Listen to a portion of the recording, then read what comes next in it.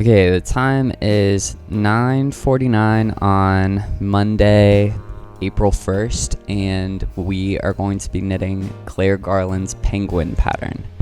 Claire Garland, also known as Dot Pebbles Knits on Etsy, is a knitting designer who creates these really cute plush patterns. The pattern she's most well known for is the frog. You may have seen this frog on TikTok or Instagram. I'm in the midst of making one right now. He kind of looks like a spider right now because he doesn't have his arms or legs. She does have his sweater though. Why it is I made his sweater before his limbs, I'm sure I don't know. She also recently published this book, Knitting Peter Rabbit, and this was through, Beatrix Potter had commissioned her to do this, and all of the patterns are very cute. It's good stuff. So eventually I'll be making these as well. So I'm going to be casting on using, I believe it's either fingering weight yarn that I have in stash or DK. If it's DK, then it's a light DK weight. So like a 3 weight yarn.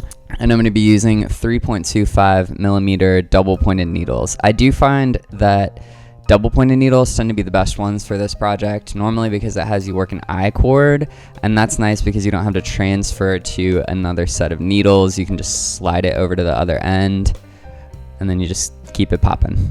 The pattern starts with a beak in the head and uses a cable cast-on method, which honestly, normally I use the long-tail cast-on, and I don't really know how much different that would be, but that's what the pattern recommends, so I used it.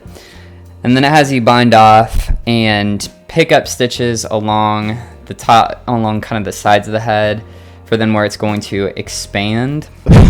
It was at this exact moment that I realized that I was knitting the whole thing with the wrong color. And I'll tell you what happened. I'm not even going to get the pattern. Basically, in the pattern, it looks kind of gray and it's supposed to be black. So I just automatically went on to use the gray. So I had to knit the beak again. I didn't refilm that part. I just decided to. I just got back to where I was off camera, and then we continued. So anyway, I continued the body, and then I did short rows to shape the back and eventually the tail, and then fastened off. And I chose to do the face out of order. It has you do the face later on, but I figured it would be easier to do it now so that I could get the safety eyes in. At this point, I stuffed it and sewed it gradually, and it was exciting, whenever you get to this point, it actually starts looking like a penguin.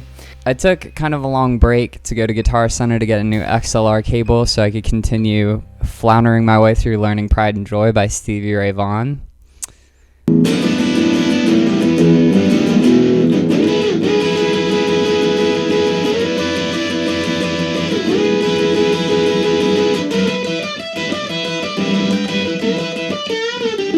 After that, I did the feet. I realized when I was halfway through the first foot that I was technically supposed to be using the smaller needle, but I didn't want to go back, so this penguin just got some large feet. And then I used a trick that I do with the frog where I put the bag tie in. I just ordered a bunch of bag ties from Amazon because I'm not a deviant and I didn't want to steal them from the grocery store. I put them in right where the stitch markers were, and then knit using that as a guide to figure out where they would be placed. I will say, if I were to knit this again, I would probably put the flippers a little bit more on the side because right now they're kind of hanging out at the front, which is fine, but I think I would prefer if they were a little more to the side. After that, I just sewed the wing together, and I felt really pleased with how the penguin came together. So it's now 11:26 on April 2nd, and we have the finished little penguin.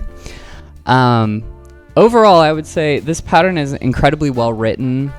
It is not a pattern that you should attempt if you are more of a beginner because it involves short row shaping, it involves increases, decreases, picking up stitches. There's no I-cord in this one. I thought there was. I've knit this pattern before.